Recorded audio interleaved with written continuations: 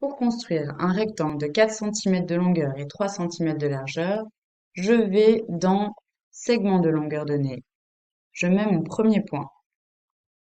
Il me demande ensuite la longueur. Je mets 4 cm. OK.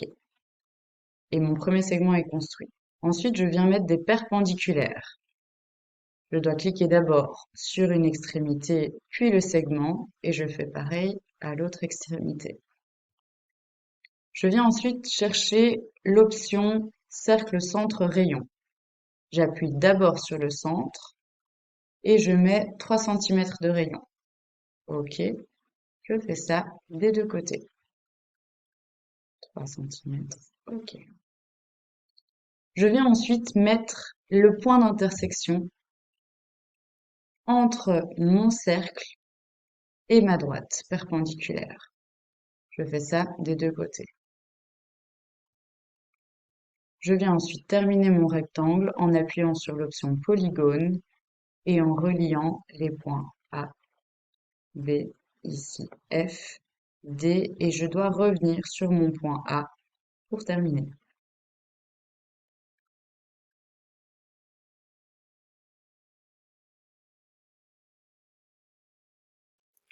Pour construire un rectangle dont on connaît les diagonales, je dois d'abord construire mes diagonales. Dans notre exemple, notre diagonale fera 5 cm. Donc pour cela, je viens chercher l'option segment de longueur donnée.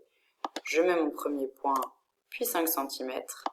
Et je dois ensuite trouver le milieu de ce premier segment. Donc je viens dans cette option-ci, milieu au centre, j'appuie sur le segment et le logiciel me met le centre au point C. Je viens ensuite mettre un angle de mesure donné qui va faire 60 degrés. Pour cela, il faut d'abord que j'appuie sur le point, ensuite sur le sommet, qui sera mon sommet C. Je note 60 degrés dans le sens anti-horaire par exemple, et cela me donne le point B'.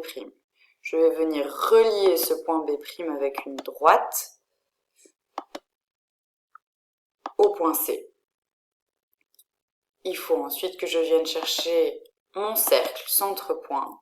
Je me mets sur le centre C et je viens chercher jusqu'au point B' ou A. Il est important ensuite de chercher l'intersection entre le cercle et la droite pour obtenir mon dernier point. Ensuite, je viens terminer mon rectangle avec l'option polygone en appuyant sur les 4 sommets de mon rectangle et en revenant au point de départ, le point A.